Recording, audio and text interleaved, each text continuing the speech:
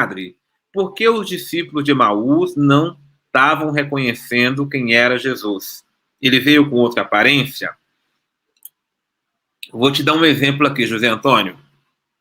Quando a gente passa por um choque grande na vida, como é que a gente fica? A gente fica o quê? Atordoado. A gente fica anestesiado.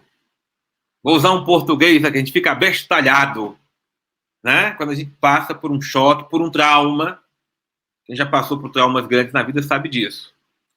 Os discípulos estavam traumatizados, estavam ainda em estado de choque com a morte de Jesus. Não pense que a morte de Jesus é uma coisa muito simples, é uma coisa muito impactante, sobretudo para quem seguia ele. Né? Eles não podiam acreditar. Né? Tem gente que, por exemplo, a mãe morre, o marido morre, a pessoa demora para acordar, para acreditar. Então pense que os discípulos estavam nesse estado de anestesia. Então, nunca que eles podiam imaginar que aquele homem que estava andando do lado deles, eles nem pararam para prestar atenção. Estavam tão anestesiados com aquele acontecimento da morte. Pense o que é alguém que é o Senhor, que você estava acreditando, de repente ele morre. Todos ali que eram discípulos dele entraram num estado de choque muito grande.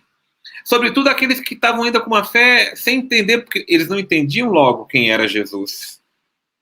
Tá? Não pense que eles logo sabiam que Jesus era... Hoje a gente sabe porque nos passaram, fizemos uma experiência. Eles ainda não, eles estavam ainda procurando entender. Quando estavam começando a entender um pouco, Jesus morreu. Deus, tudo que eles podiam esperar que Jesus não fosse morrer, morreu. Então, de repente, aquele homem começou a andar no meio deles. E tem que explicar uma coisa, o José Antônio. Os judeus são muito parecidos uns com os outros. Tá? Você se lembra que os soldados prenderem Jesus, tiveram que ir lá, Judas dar um beijo para saber quem era Jesus, porque Jesus não era diferente. Ele não usava roupa diferente, não tinha barba diferente, não tinha uma argola aqui na cabeça. Então ele era igual aos outros, eram judeus. Você já viu como é que é japonês? Tudo parecido? O judeu também tem umas aparências muito parecidas. Às vezes a gente conhece uma pessoa pelo jeito dela se vestir hoje, né? Uma roupa diferente, tal, ela sempre se veste assim, ou tem uma aparência mais destacada. Jesus não tinha, é um engano quem acha que ele tinha. E de repente ele começou a andar. Ora, só pode ser mais um peregrino caminhando conosco, tanto que ele fala, você é o único forasteiro que não sabe o que aconteceu aqui em nossa região, que não sabe que Jesus, né, o Nazareno, que realizou tantos prodígios, tal. Nós acreditamos até que ele ia restaurar o reino de Israel, mas os nossos chefes o mataram. E ainda falam assim, tem umas mulheres que estão dizendo por aí que ele ressuscitou. Eles já tinham até ouvido falar que ele tinha ressuscitado, mas eles estavam tão atordoados que nem deixaram a fé falar mais alto. E por isso que eles não reconheceram. Né? E não pense que nós, muitas vezes, estamos tão atordoados que Deus está no meio de nós e nós não reconhecemos. Tá? As pessoas estão no meio de nós, nós não estamos reconhecendo muitas vezes um ao outro. Entendeu?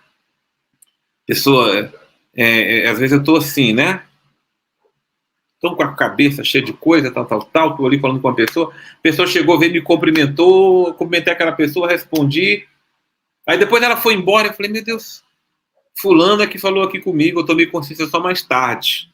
Então, é importante entender esse estado psicológico, tá? E é por isso que Jesus vai fazendo uma pedagogia catequética, didática, psicológica com eles, para fazer eles acordarem e aí poderem, na palavra, veja, é importante, Jesus começa a partilhar com eles a palavra e a Eucaristia.